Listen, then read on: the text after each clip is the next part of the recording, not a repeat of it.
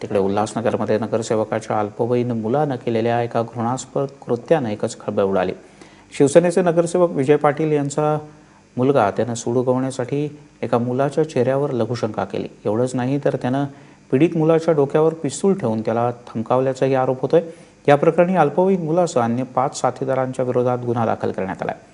पीडित मुलानं सेना नगरसेवकाच्या मुलासंदर्भात एका मुलीला सावध केल्यामुळे त्यानं सूड उगवण्यासाठी एक घृणास्पद कृत्य केलं।